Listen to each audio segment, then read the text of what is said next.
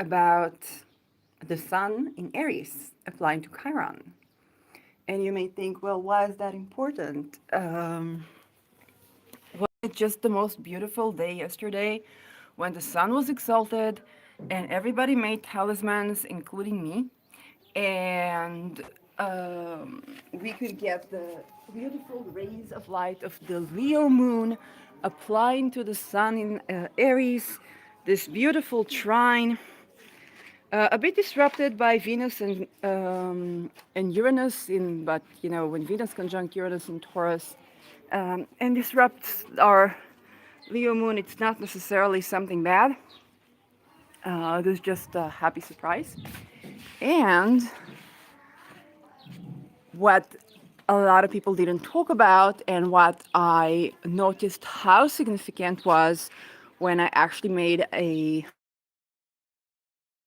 that you saw yesterday, a honey of the sun exalted, with chamomile, mint, another herb that I don't know to name it, and ylang. One time, a person in Britain swallowed a whole spoon of pure essential oil. And they died. Ever since then, it's not allowed in certain states of Europe to ingest essential oil. And now people that are actually intending give you that cautionary tale, but not as a cautionary tale. There's just like, you can't ingest essential oil. You can't ingest. The truth is, if you one in a spoon of oil, okay, then you can, if there is, a necessity, okay? So it's not something that I would prescribe you to do. It's not something that I would sell you to do as a product. But it's also not something that you should be, jumping up and down and, bashing me for, simply because we practice different schools, and I explained the incident that is the cause of that difference between the schools. Okay, naturally, if you live in a country where a person just took a spoonful of pure essential oil and died, then they're not going to allow to ingest it, and that's reasonable. So, back to our little story. I ingested a spoonful of this oil, of this honey, because it does melt in honey, blah blah blah.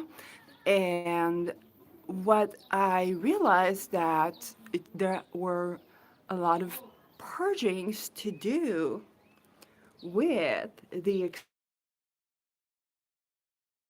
of being loved for who I am. And all kind of different parts of me came, like me the woman, me the little, me the man, or whatnot. There were like all the experiences where that part of me was not accepted, was not loved, either by me or by others, or this, purgatory experience that I was like, it's not just soul exalted. Okay, because I've previously worked with the energy of soul exalted, and that was different experience. Okay, and here it was mainly focusing on the heart, healing the heart, purging all these experiences that come to life. And I was like, I did not expect this. Now, what happened is I did not do talisman in the methodical Picatrix way.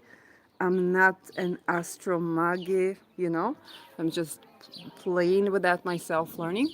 So for me, it was just constructing this product in a given election, and with the intention, the energy intention that I have around it. Okay. So the sun happened to apply to Chiron. It's a 5-degree orb, but it's an orb. And because it's an applied, it's even stronger. And what I believe was that my experience, as may have been some of your experiences in the last couple of days, and because I haven't seen any astrological community talking about this Chiron and this in the context of the exalted sun, then it's not a cautionary tale, but I think to mention you will have adjusted expectations and understand what's going on. And that was that I basically had a heart healing experience that consisted of the life. Now, the sun in Aries is exalted. It is the heart, the union of the heart and the mind. I don't remember who said that, um, but that is such a great insight. So, if you know the name of the person who, like, talked about why the sun is exalted in Aries, because the sun is the, the heart, and Aries is the head, is the mind, and this alignment of the two is great. And yeah, totally relate to that. So just the alignment of the heart and the mind in itself can be purgatory, right? Because if we're not aligned in this way, then suddenly we have an experiences of, hey, this is where the heart and the mind align. Okay, this is where it's not just how a person makes me feel, but also, do they love me for who I am? Do I love them for who they are? Okay, for example, and that can be around any topic that you may have. It's not how this food makes me feel. It's about, is it really nourishing for me? Is it the vitamins that I need? Maybe I crave, I don't know, salt, but I actually need a lot of lettuce, because I need the minerals, but I don't know how to say that to myself. I just crave salty things. So that can be, the sun exalted. But the application to Chiron adds a dimension of experiences from the past, whether in transit or if you've been working with that in a talismanic manner, then you may experience it even more strongly. Experiences of the past where the Chiron wound around, whether it's your thinking, because Aries is the head, it does rule the head, the way you think maybe was not accepted. Or there were difficulties around your thinking, okay? Your neurodivergence, for example. If you're neurodivergent, that might arise the time where you didn't get certain social interactions or you didn't get certain topic at school. Um, if that, let's say, is your third house, maybe communication, okay? So because Aries is the way we think, Aries can also relate because it's the head, then it's also the sense of self. Okay. Consciousness is a very wide topic, but for Aries, it's the head of the baby, and so the self. And so, Chiron in general in Aries is a wound around the sense of self. Okay? And I don't mean to pathologize that, because Chiron inherently is that wound that we have that cannot be treated by the methods that currently exist. Like we have to kind of patch our own healing with Chiron. This is why when people say our struggle is our teaching, a lot of the Chironic wound is pretty much like that. There's something we're struggling in life. All the teachings, they can teach us one thing, but then the other thing that they teach is not fitting, or we try one thing and it doesn't work for us, it even harms us, and then we have to kind of the trial, not the tried and true. Not, this is Chiron. Aries is the head of the baby. It's the new. It's something that wasn't here before. It's having to pave your path. So, a wound around being able to pave your path in life. For example, if you're Aries ascendant, that can be the case for you. A wound around knowing what nutrition is right for you. Okay, second house. Nutrition point of view, or the food that you eat, or a wound around your sense of self-worth. Okay, your sense, because you have a wound around your sense of self. How can you know? How can you have self-worth if you don't feel like you exist, or if you don't conceptualize yourself in a way that is coherent to you, right? Self-worth depends on having self. A third house can be something around your communications. Perhaps there's certain social interactions that you don't get, or certain communication that comes through. You don't get a joke. Okay. One of the things that motivated me to record this today was because I was thinking, hey, I'm so not in the mood for April 1st full, like day stuff today, because I was just crying in bed and then showering for like sitting in my bathtub for 3 hours, just ingesting and healing and purging and whatnot. So I'm like, I don't feel like, I'm not in the mood for fun. I'm not in the mood for play. So that can also be the experience of the day. And Aries fourth house can be something to do with the house that you live in, your upbringing, the family. Somebody didn't accept you, didn't feel loved in the family, or you feel like you didn't exist there. Okay, felt like maybe even being ignored, or some part or part of you being ignored, something like you felt you didn't exist. And this is why, and, I won't go with the 12 houses, but this is why the wound around Aries is so deep, because it's not just, when you're heartbroken, we can get heartbroken, right? It's a part of the living experience, but in Aries, it's not like you get heartbroken, you also get kind of mind broken, um, because you don't even feel like you exist. It's like you can't really who you are. You can't really think straight, you can't really see straight, and that's why it's so difficult. And so the sun exalted that we had yesterday, exalted did apply to Chiron.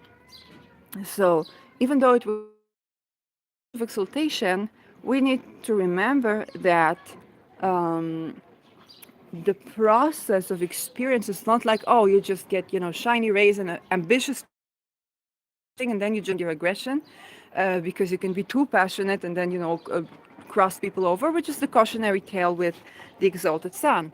But Chiron, that's directly tending to the wound. And even if you don't have a natal Chiron in Aries, okay, that's directly tending to a wound there.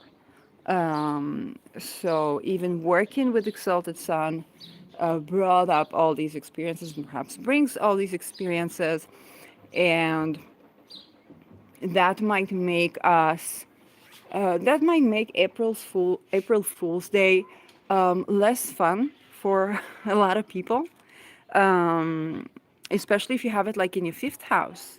Okay, fifth house. Somebody tries to prank you, and it triggers up, I don't know, a whole collective trauma incident that you had or somebody had from their childhood, that affected you deeply. Kind of something like that. Like somebody tries to provoke a joke, and now you don't see them, they don't see you, kind of a thing. Um, or it happens at your workplace, and the type of joke, or like something goes off that steers this wound. And in many cases, because the sun is exalted and she's not, she was squaring Mars, if I'm not mistaken. Like she's still squaring Mars. Yes, pretty much so. Okay, the sun still squares Mars. Um, so yeah, this is a problematic. It's something to consider.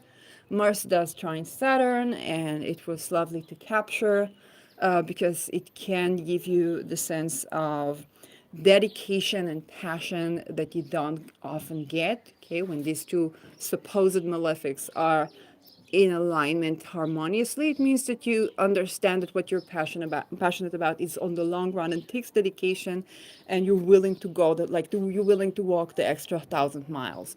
So so that was good to capture, but we do need to take into consideration that Mars in Cancer is the ruler of this exalted sun, so there can be, reactionism, and that the the first of all, that the antidote is presented as well. Okay, so depending for you, what does it mean for you? Okay, sometimes the antidote is language. So you have a Mercury there, like me. The antidote is language, learning different languages, and I understand how a main of a role that served in my life to be open to different ways of thought, and just exploring different ways of thought instead of like having to comprise my own sense of self or whatnot, or self-value based on sense of self if it's the second house. So and of course, if you are pre- preparing or have prepared talismanic manner, I know that there must be ways to make the energy more direct, like to directly, like to mitigate things. and that's okay. Maybe you're not doing it with a Mars affiliated ascendant, or I don't know, or Jupiter ascendant can be beneficial. I don't know, but Jupiter is still ruled by Mars right now, and Mars is in Cancer, trying to square the Sun. So do take into account that whatever talismanic matter you're working with might bring in this Chiron. Okay, even though it's not, a fixed star that you're targeting and it's an asteroid, it is something that the sun applies to, and the talismans of this particular exalted soul will bring this Chiron. So it's not something to beware of, okay, because it's not something bad. It's just something you want to address as, hey, I am working with the talismanic materia that's associated with the luminaries. So, for example, I really like the Sphere and Sundry's cautionary tale about the Moon series that they had because it works on attachment issues. So it really attachment, and it's the moon. It always projects. So your reality, when you are the moon, you always project things, and so you can begin to see things like senses. Get it? People sometimes associate as psychosis. Um, but it's not that it's not psychosis, it's just like you took this, it's that this is psychosis, it's a non-dual experience, and that is what happened. That's what's happening, that's the way to address that, okay, not other ways that only make it worse. And so for the sun, when you're working with the sun, you're also working with a luminary, and the sun, because this is the heart and it is exalted sun, so any misalignment of the heart and mind, and I think that can be even an additionary cautionary tale for any sun like talisman, because wherever your heart and mind are not aligned, it would give you that alignment. Okay, it's like this is how you do it when this is aligned. Okay, and that's when it does not apply to Chiron. And when it does apply to Chiron, then you can get, or you can intentionally consume that, or intentionally work with this energy to address all these issues, knowing that you prepare a day to self care. And the energies were great to self care. Okay? They were great to get active and do things that you're passionate about. They were great to address your hobbies or get address your, the place you shine. Okay, so you could actually do the kinds of craft that you do for the sake of healing, or if you like to do something and then this heals you because you concentrate on doing something, you're able to process things and to get more insight, illumination, okay, inspiration, insight, and with the addition of Venus and Uranus, so a lot of disruptive insights like a eurekas. You could get a lot of eurekas with this energy, especially if you target both the Sun and the Venus Uranus, which I did actually in a talismanic painting. And I'm only beginning to process this, so that's something that you can do. I know Uranus in Taurus is not considered at its home place, but I just like Uranus and Taurus. That's just my thing, because it does necessary work and because I like to address it when it's in a good aspect. Like I'm totally waiting for the moon to trine Uranus for me to make a Uranus talisman, Uranus and Taurus talisman alone with Uranus. It's on my sun. Call me crazy. Maybe you're right. So,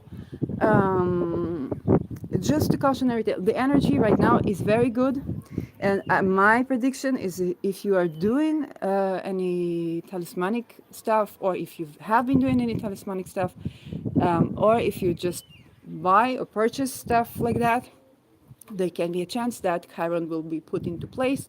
And because astrological magic is a traditional art, people don't usually look at Chiron in medieval astrology or whatever you're working with, or Hellenistic astrology or Vedic astrology. They don't go like, oh, this can apply to Chiron, these are the effects. Or horary astrology. In horror, you would not count even, Chiron. So it can be that you might get a side effect, and this side effect is not for any other reason than the sun applying to Chiron, and this side effect is not badness in itself. It just means that every place your heart and mind are not aligned, and you haven't had a chance to have your sense of self being honored and appreciated and accepted and admired and worshipped, so exalted by you, okay, and or by whatever that house signifies for you. It could be a sibling, it can be your parents, it can be your boss, it can be your employee, it can be your pet.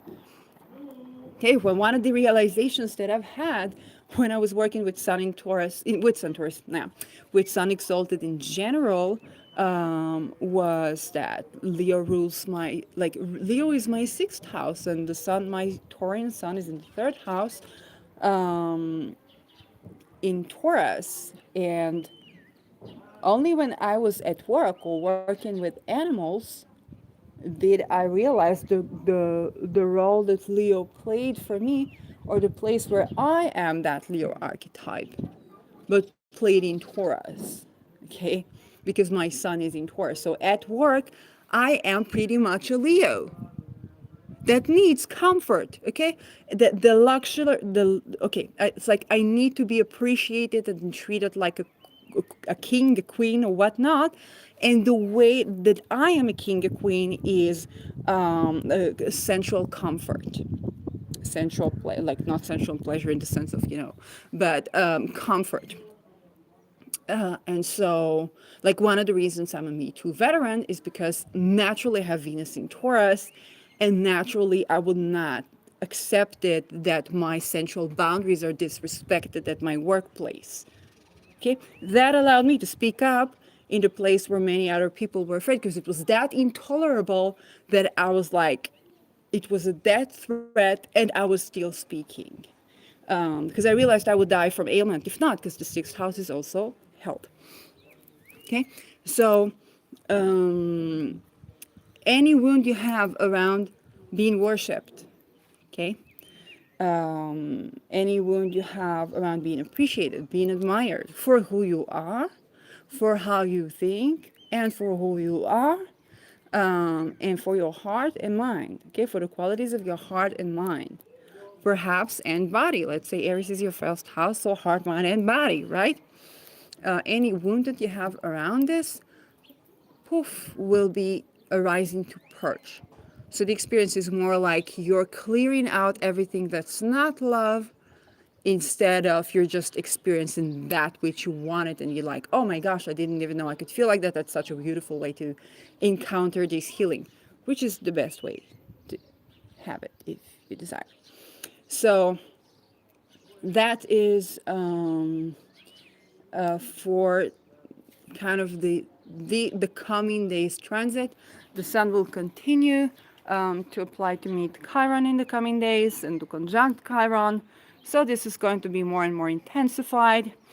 And we are heading towards the Libra full moon. And so the Libra full moon, I I think I have, yeah, I probably have an episode for the Libra full moon. It's an episode in itself, so you can watch it. So yes, definitely you can be letting go of those experiences where you're not truly loved, worshipped, and desired for who you are. Okay, because we have this, and I don't know if you noticed, but the Sun Exalted was very much, I think around many things were on the terms of like Venus, Mars, I think also Mercury, like, but Venus, Mars especially, like many things were in the term of Venus when I looked at it. And later it became to be like Jupiter, Venus, Mars. So that's like a great time to align the heart and mind in terms of relationships. So full moon in Libra, Libra is ruled by Venus. So we're having a great preparation. My advice to you is if you can, okay, if you can, okay, then do work with this energy. Like, yes, spoiler April Fool's Day. It's okay. It's okay to spoil the party. Okay, it's okay to be the drag right now. It's okay, um, you know, um, to not laugh at a joke. It's okay that it's triggering. It's okay. And as you work through this energy, many things can no longer be in your life. And up to the full moon in Libra, you'll just like you will crescendo to let go of these things that can no longer stay.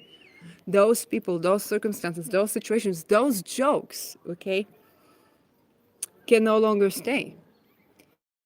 And if you understand that from the perspective of, I am growing into a certain timeline, and especially with Uranus, Venus, okay, and not for nothing, I talk about the Me Too a lot in this context because it was one of my realization, right? Leo is my sixth house. Sixth house is work, and I'm a Me Too veteran.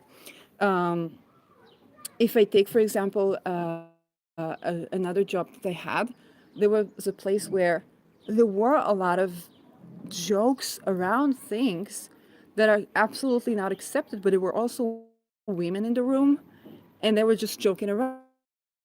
I just left the place because I realized this is harming to me, to my wealth and well-being, right?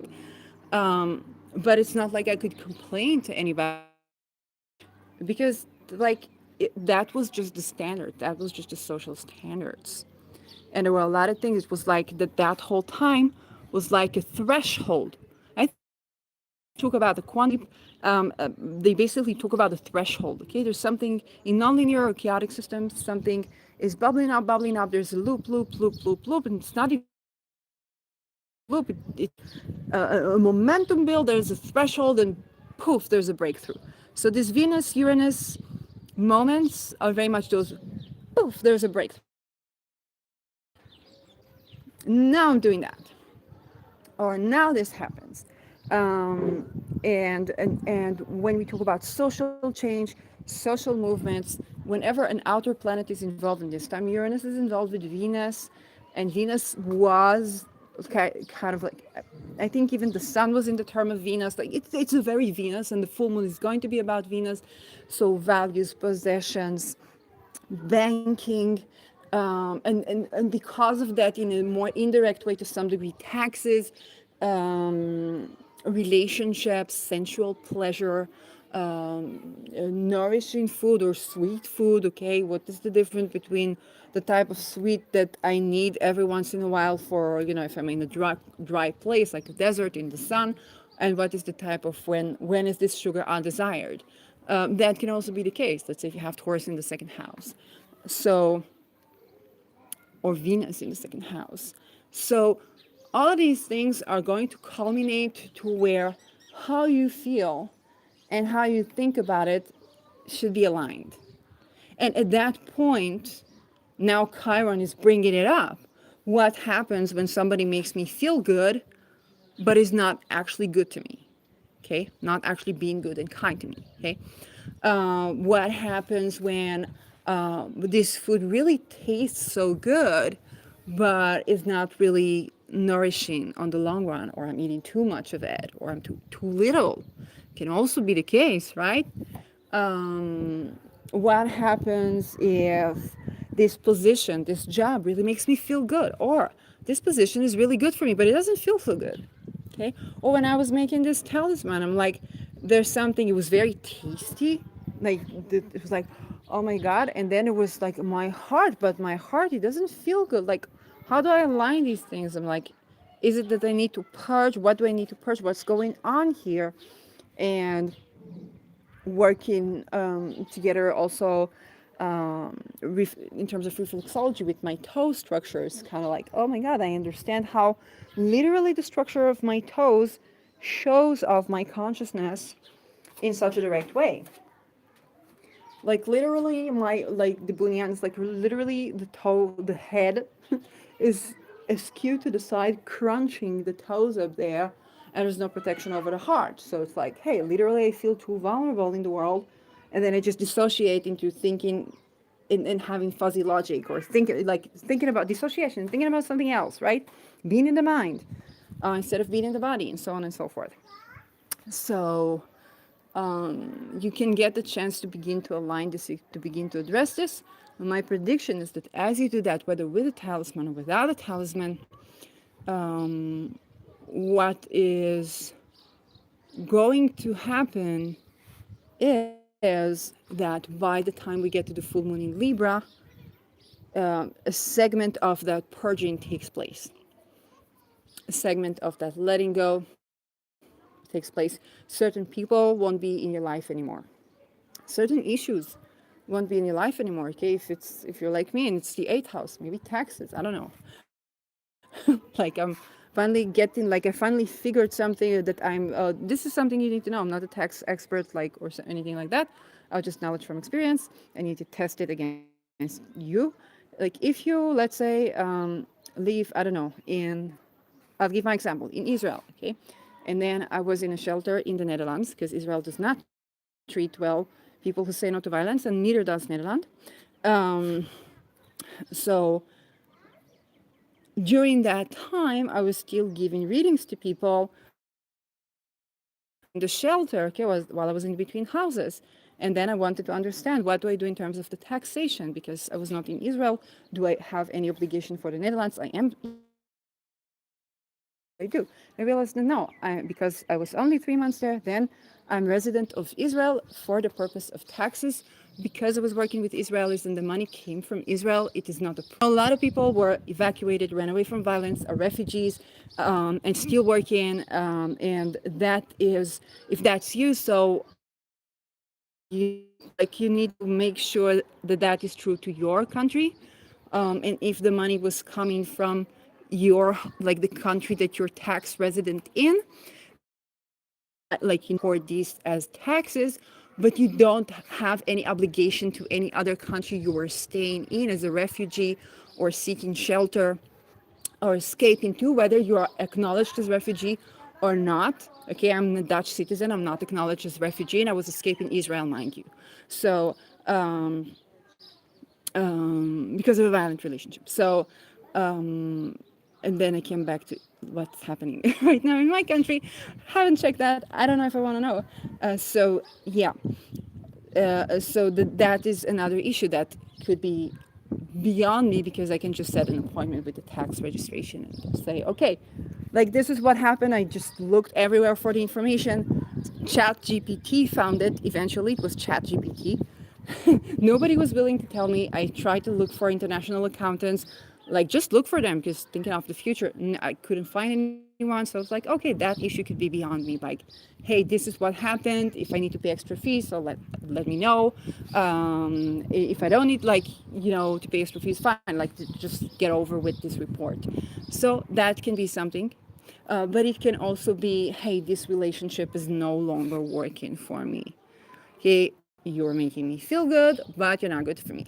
Or you're saying things that are actually good for my growth and my advancing in life, but the way you make me feel is horrid.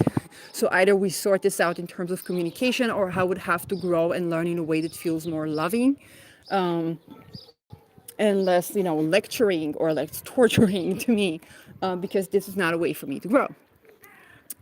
So that is, yeah, for many people, it's going to be the second option. For many people, Venus's relationship, for many people, it's not going to be your taxes or your bank account, but it can be.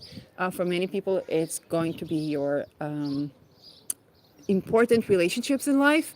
Your sense of connection doesn't have to be romantic. It can be a good friend, a good neighbor. And, unfortunately, with Venus conjuncting Uranus, for me, it's the third house, and one of the neighbors in our neighborhood died of old. And I have Saturn opposite natal Venus, so this one was an older lady that died.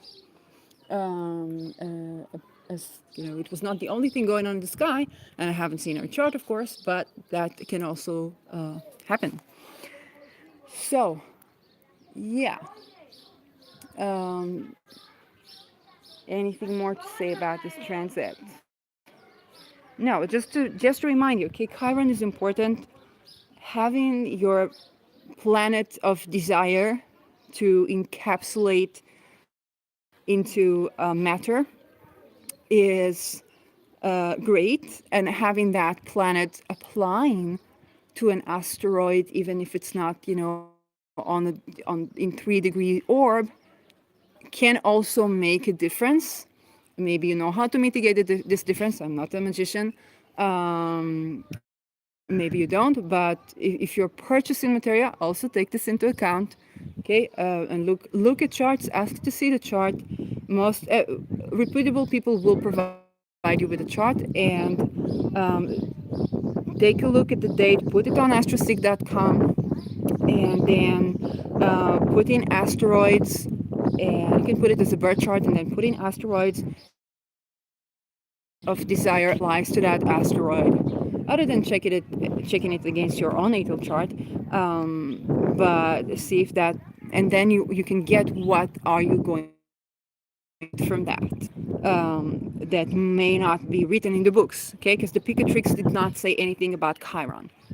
So it's not a cautionary tale, okay, because it, when you know what's going on, then you can expect better results, and then you can understand that no, it's not that you just get this boost of confidence and experiences that were keeping that literally have a hard purge. So that, and of course, why Chiron in Aries matters, and why the sun applying it to it matters, and what is the particular Chironic wound is basically the alignment of the heart and the mind. And because it's, Mars also ruled our blood, our genitals, our menstrual cycle to extent, okay, both the moon and the sun and Mars, because Mars is the bleeding phase, so what we call moon days. So all of those might be affected by many experiences that you can get at now. It's just not going to be this jolly ride all the way through. Okay, it's important. It's great. It's going to, my prediction is going to make your Libra full moon more effective. And that the Chironic wound is, of course, in Aries, the sense of self. So when the sense of self has a wound around it, of course it is cardinal, right? It's cardinal. It's a cardinal wound. So do what helps you kind of contain yourself. Whenever you're working with a luminary, then you need both of them. Okay, if you're working with the sun, you also need the moon. You also need to contain yourself, because to be confident, you also need to be emotionally resilient, and that means that you have a place, a safe place, a safe space to feel, and to feel vulnerable. So and that sense of courage, it can also be that you've been so courageous in your life for so many times and it has not been acknowledged by you, or that you just acknowledge the vulnerabilities of initiating all the time and having to wear your heart on your sleeve. And sometimes, the sun performance is to show up, and you have to show up even when nobody shows up. If you're a performer, if you're doing anything in your life, like, you need to show up, regardless of if they show up or not. And the show is going on. And as you center yourself and you understand you'll be doing this, you'll be doing this, whether they're here, they're not here, you'll be doing this. Then you will have a lot more freedom when they actually do arrive, right? Be it partner, be it crowd, be it followers, be it, people in general, be it the dogs that you try to train.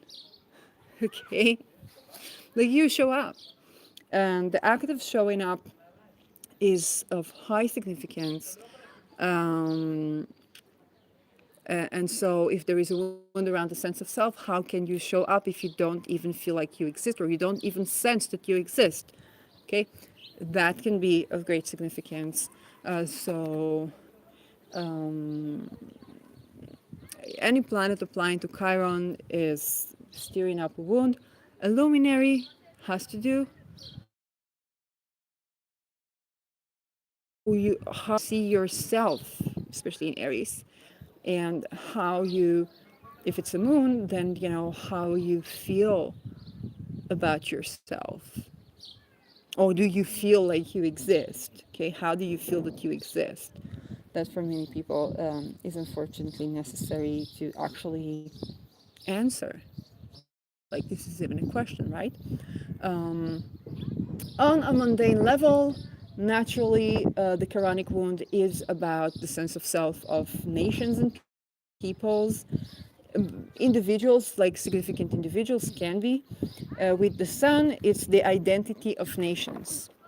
Okay, so the sun applying to Chiron, there is a wound around the identity of nations. What nations? Nations to do with Aries and nations to do with Leo, but also because the sun applies to Chiron and is exalted in Aries, any sun, okay, any nation now deals, and this is what we see in the world, is that all nations, more or less, are reconsidering something about their identities. Whether it's, are we a part of the EU? Are we not? You know, Finland joined NATO. There's no splendid isolation in Finland anymore. Okay, they joined NATO, which now means they're a part of an international army. So, like, if the EU goes to a war, then Finland is a part of it, right? Um, Israel, I don't even have a return. Like, I had an episode about that. United States had a Pluto return, but we also see many things to do with the Constitution, at this time coming up. And at this time, there's going to be a great, reevaluate. Like, literally, the First Amendment is being put to question. Okay, so talk about the identity of the nation. So this is something that is happening in the case of many nations. We see alliances forming up with the Shia and Sunni, Iran and Saudi Arabia. We see friends breaking apart, Israel and the United States. Unfortunately, if anybody was counting on having, a visa-free entrance to do the Road 66, that's not happening. So my driving license. So there are all these things coming up on a mundane level, and because it has to do, and of course, gender issues. Okay, Aries in Aries has been talked about by many great astrologers. People question their gender. I think Victor did a good assessment of it, and I really appreciate that because I know he doesn't like to talk politics, and he did a great assessment of it. So, gender, what is trans rights? What do people need? Surgery, not surgery? Is it about loving my body and say like I have great boobs, I'm a man, or actually wanting to change something about your body, and all these things that are being the discord is more amongst gender non-conforming people rather than outside of them right now. I feel it's more like Aries is like throwing the ball, but now she's throwing the ball into the court of the LGBTQ community in between them and themselves. And that's something that has been ongoing, but now it's even more evident. In the beginning, they didn't accept bisexual people for some godforsaken sexist reason that I don't even like. I don't even know what the rationale is, nor am I able to see that. Like I don't know, it is not rational. Um, so like you could be gay, you could be lesbian, but if you were bisexual, then you weren't pansexual. Were not accepted into the community. On gender non-conforming, gender fluid people, like oh my god, that was something that if being a part of a community and trying to find associates that have similar experiences to you was the point, you could not find a voice there. And I know that because I actually have a friend who was a leading voice in making pansexual, bisexual people and gender nonconforming people a voice of the community and a part of the community and having their flag and in the city where I was in for a decade and a half. So I know from her that was, I didn't even think that was never an issue, but I know from her that was an actual issue. So now it's more like transgender, I feel, or being the point of discussion. And there's a lot of question about surgeries. There's a lot of deep questions. There are a lot of genuinely deep questions that arise within the community. Like, should I do a surgery, or should I learn how to think about my body, learn to love my body just as anyone else? It's just that, yeah, I'm a man, but I have boobs and a vagina. What's wrong with that? Or I am a woman and I have a penis and, balls. Why is that not sexy and feminine? And that like really makes me think. Like, what I think I even had a dream. It was some. I think Venus Uranus was perfecting, and I had a dream. It's in my third house. I was in a bus, and I think it was a sexual dream. So it was like one part of the dream. It was a woman, then a trans woman, then a man, and it was like how my experience changed around whether the partner that I was doing this with is a woman, a trans woman, that with a penis, and a man, and that is like, you know, like it kind of made me think like, oh my gosh, there's so much revolution around the sexuality, around the relationships, around the psychology, so many things that were like, does it make a difference? Why does it make a difference? Why does it not make a difference, right? And how the different shapes that we have bear transformational, like there is a transformational process around the meaning of our sexual organs, basically the way we see Venus, the way we see Mars, penis and vagina are basically transforming tremendously. Uranus denotes to the notion of being able to surgically transform that. Like I said, I'm Israeli. We have Dana International, so I grew up on knowing that there is a woman that was born with a penis, and she did surgery, and she lived her life happily ever after. And this is the only voice I know. Then now in recent times, I know that there are people who did surgeries and then they detransitioned, and they're like, oh, I can never have my breasts back, or I can never have my penis back. And that's like, yeah, that's a loss. Like, that's something to consider. Um, and so it is a point of really heated discussion amongst people. So it pertains to how you think about yourself, and with Aries being misrepresented voices and our eclipses being in Venus and Mars cycles, then the issue of gender and gendered identity is, sorry for the pun, a pivotal point. So, yeah, April Fool's Day made its way through me. Okay, so now that that happened and a Me Too veteran made a sexually inappropriate joke live, it's time to end this, and I hope you enjoyed and know what to expect with this energy. Bye bye.